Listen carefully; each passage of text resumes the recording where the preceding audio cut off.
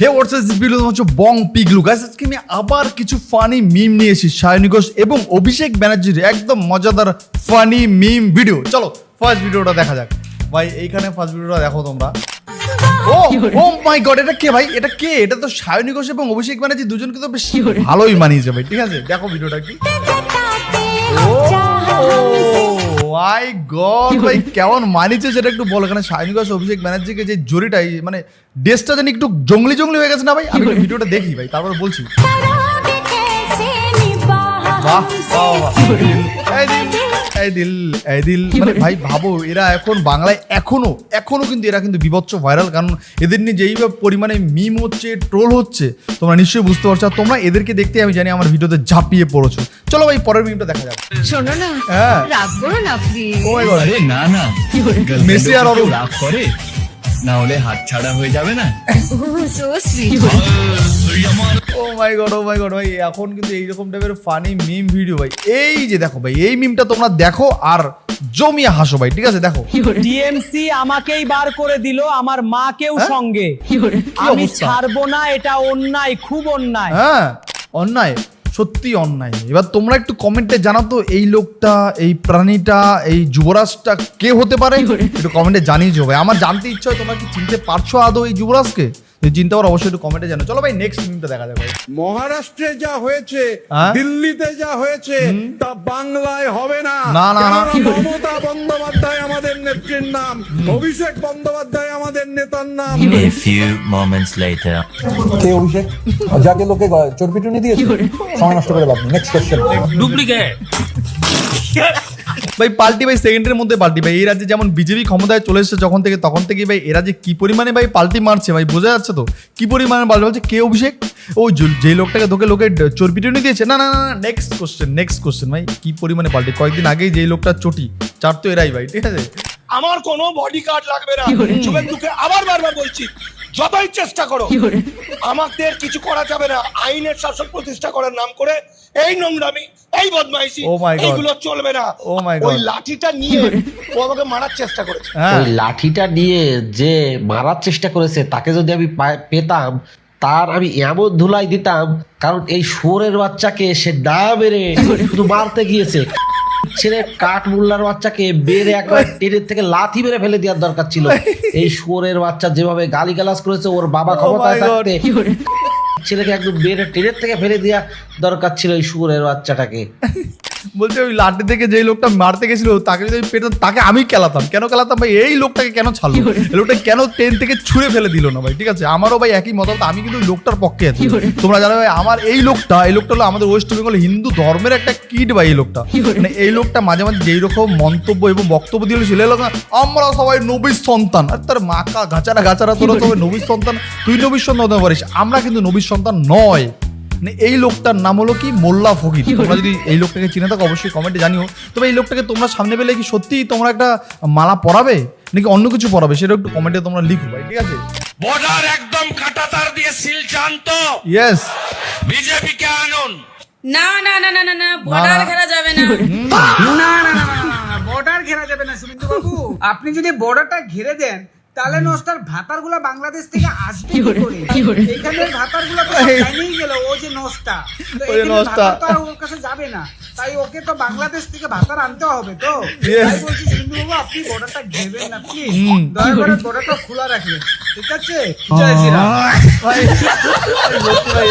ভাই সত্যি বলতে এই নষ্টাগিরিরও বাংলার হিন্দুদের এবং বাংলার মানুষের একটা কিট বলতে পারো। ভোটের আগে যা লাফালাফি করেছিল, ভোটের পরে কিন্তু এখন একটু গুটিয়ে গেছে। দেখছি ভাই চোখ মুখ বন্ধ করে বয়স্ক মানুষকে রাস্তায় খেতে দিচ্ছে, মানে সিম্পেথি কামাচ্ছে যাতে মানুষ ওকে ডিম থেরাপি না করে দেয় ওর উপর ভাই। ঠিক আছে, তোমরা জানাবে তোমাদের মতামত ভাই। এই নষ্টাগিরিকে নিয়ে তোমাদের কি মতামত অবশ্যই কমেন্টে জানিও ভাই। নষ্টাগিরিকে দেখলে তোমাদের কি করতে মন চাইবে? একটা ডিম ফাটাতে মন চাইবে নাকি একটা মিষ্টির টোপলা ওর হাতে দিতে মন চাইবে? কোনটা? মমতা বন্দ্যোপাধ্যায় পুজোর উদ্বোধন করছেন, গান গাইছেন, কি বলবেন এটা?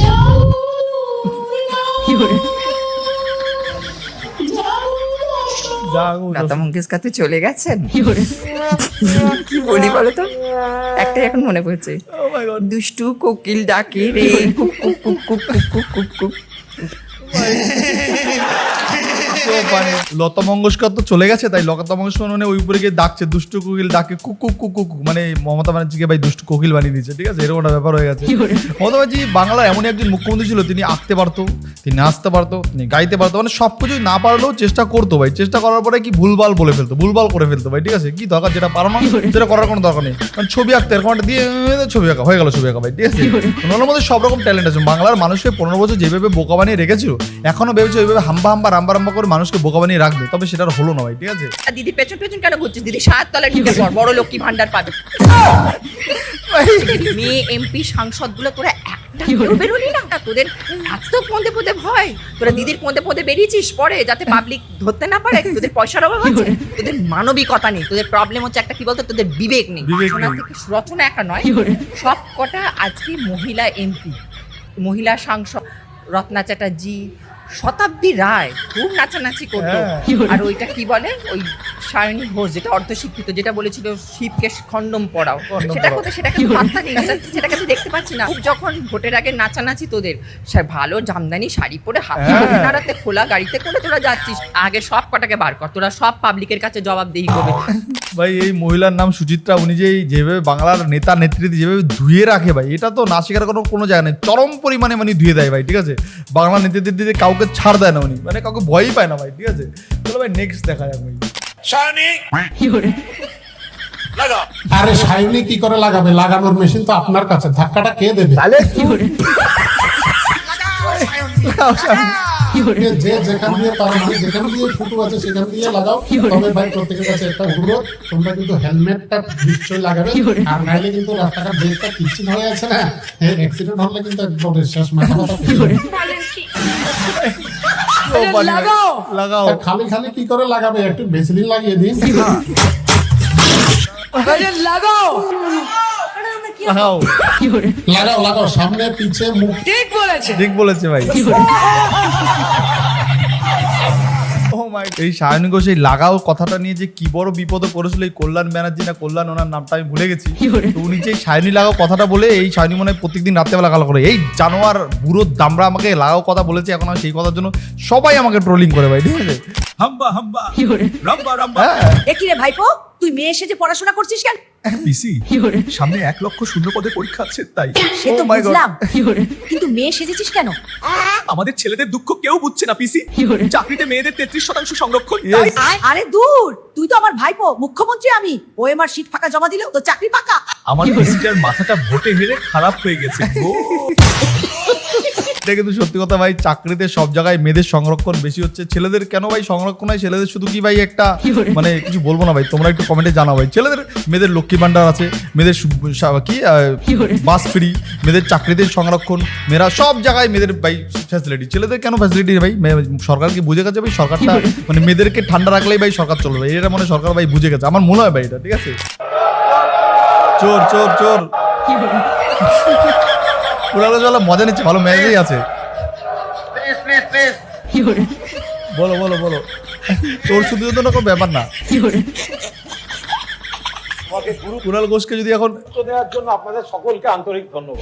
বাবা কুণাল ঘোষকে যদি কেউ ভাই চোর চোর বলে এখন কেউ চিৎকার করে, চোর চোর বলে কেউ যদি ডাকে, উনি এটা সম্মান মনে করেন। চোর বলা মানে কুণাল ঘোষের কাছে একটা সম্মানীয় কথা।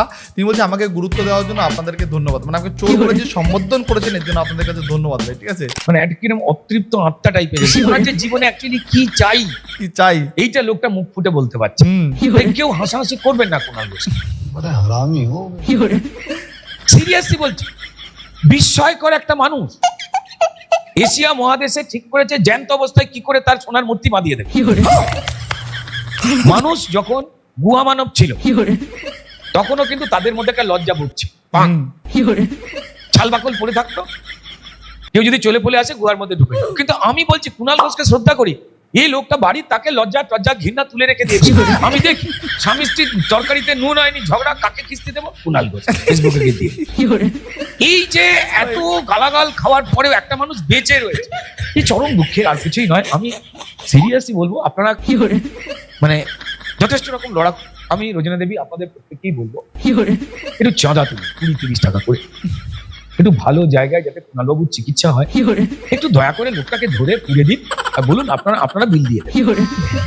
গজব বেজতি। ভাই, এটা সত্যি ভাই সীমা থাকে ভাই। বাংলার রাজনীতিতে যদি সব থেকে বেশি কেউ গালাগালি খেয়ে থাকে, এক হলো কুণাল ঘোষ আর দুই হলো দেবাংশু, তিন হলো অষ্টমীগিরি। মানে এই কয়েকটা প্রাণী যে কি পরিমাণে খিস্তি খেয়েছে, তারপরে এরা মনে করে গালাগালি খাওয়া মানে আমাদের কাছে একটা সম্মানের ব্যাপার। আমরা রাজ্যে আমাদের লোক গালাগালি করছে কেন, তার মানে রাজ্যের লোক আমাদের গুরুত্ব দিচ্ছে তাই গালাগালি করছে, মানে এরা এখন এরকম মনে করে ভাই। ঠিক আছে, বিশালভাবে চাটন দিল কুণাল ঘোষকে, রুদ্রনীল ঘোষ, দুইজনই ঘোষ ভাই। ঠিক আছে, সামনে হচ্ছে মমতা ব্যানার্জি, বড় বড় করে উনি হচ্ছে ব্যানার, আর পেছনে ছেলেদের উনিও বুঝে গেছে 3টে জিনিস দিতে হবে, মদ, মেয়ে আর কি থাকে, মাংসের দাম বেড়ে গেছে, ওই জন্য মুখ্যমন্ত্রীর পকেট পারবিট হচ্ছে না, ওই জন্য এখন কি করছে, ডিম ভাত খাইয়ে দিচ্ছে সবাইকে, ডিম ভাত খাও, চলো। রাজ্যটা তো ডিম ভাতে আর এতে বেঁচে গেছে। দেখো বোঝো অবস্থা। সো ফানি, এই মহিলা, এই নাম হলো সুচিত্রা দেবী। এই মহিলা যে কি পরিমাণে ভাই রাজ্যের মানুষকে ভাই এন্টারটেনমেন্ট করেছে তার এই বক্তব্য এবং তার মিমের মধ্যে দিয়ে, নিশ্চয়ই তোমরা জানো এবং তোমরা এই ভিডিও ওটাকেও অনেকে দেখেছো। তোমাদের কমেন্টে অবশ্যই তোমাদের মতামত জানিও যে এই মহিলাকে তোমাদের কেমন লাগে, কে কে এই মহিলার ফ্যান। तो ये सब जुमलेबाजी की राजनीति नहीं चलेगी। নেই চলেগি। ये जुमलेबाजी भारतीय जुमला पट्टी है ना, लॉलीपॉप थमा देते। বলছে ভারতীয় জুমলা বাড়ির ললিপপ থামা দিতে, এবার কি একটা ড্রেস পরিয়ে বানিয়ে নিচ্ছে ভাই। দেখো এটা কিসের ড্রেস ভাই, এটা কিসের ড্রেস, এটা কি দিয়ে ড্রেস পরেছে, তোমরা বুঝতে পারছো কি দিয়ে ড্রেস পরেছে? যদি বুঝতে পারো অবশ্যই একটু কমেন্টে লিখো যে ড্রেসটা ভাই কি দিয়ে পরেছে, এটা আমার একটু জানতে ইচ্ছা হয় ভাই। ঠিক আছে, এখানে এত সম্প্রীতি, এখানে এত শান্তি, ইয়েস, এটা তো একটা মিনি ইন্ডিয়া নিজের মধ্যে সব। ভাই এটা কি ছিল ভাই, এটা কি ছিল ভাই, ও মাই গড, এটা কি ছিল? দেখো এখানে সায়নী ঘোষ এবং আমাদের যুবরাজ, ঠিক দেখছি তো না ভুল দেখছি, তোমরা একটু কমেন্টে জানিও ভাই। এই দুজন বলে দুজনে লাভ, মানে দুজনে হয়তো বৃষ্টির ওয়েদারে একটু চা খেতে পেয়েছে রাস্তার কোনো ধাবায়, মানে বুঝতে পারছো তো? আমার তো সেটাই মনে হচ্ছে, তোমাদের কি মনে হচ্ছে অবশ্যই কমেন্টে লেগো। তবে জামার প্যান্টের কালারটা, চায়ের কাপ দুটো কিন্তু এক ছিল ভাই। দুজনে এক জায়গায় বসে মানে হয়তো হানিমুন টানিমুন যেতে পারে, হয় বলছি না আমি হতেও পারে ভাই। ঠিক আছে, এই বিজেপি বাংলায় এসে কি করেছে, কি করেছে? কি করে আর ইন্ডিয়া পাকিস্তান শ্মশান কবরে ওদের কথা বাদ দে, ওদেরটা তোকে কে ভাবতে বলেছে, নিজে কি করিস? ঠিক বলেছো। তোকে সাথে লেনদেন, হোটেলে লাগা, বাইরে লাগা, আগে লাগা, পেছনে লাগা, লাগা ছাড়া তুই কি করেছি? এই জন্য তোকে এত সুন্দর ভালোবাসে, দাদুটাই বলে। দেখো তো মানে সায়নী ঘোষকে নিয়ে মানে সব থেকে বেশি মিম তৈরি হচ্ছে বাংলার মাটিতে ভাই। সায়নী ঘোষ ছাড়া অন্য কাউকে নিয়ে এই মিম তৈরি হয়নি বাংলার মাটিতে, আমার মনে হয় ভাই। ঠিক আছে, রাজ্যের এক্স মাননীয় মুখ্যমন্ত্রী আজকে কুকুরেও তাকে ছাড়ছে না, কুকুরেও আজকে তার মুখে মুতে দিয়ে চলে যাচ্ছে। ভিডিওটা একবার দেখে নিন, আর ভিডিওটা আপনারা এত পরিমাণে শেয়ার করবেন সেই অন্ধভক্তরা যেন ভিডিওটা দেখতে পারে যে আজকে মাননীয় মুখ্যমন্ত্রীর মুখে কুকুরেও মুতে দিচ্ছে। ও মাই গড, ভিডিওটা শেয়ার করুন। হ্যাঁ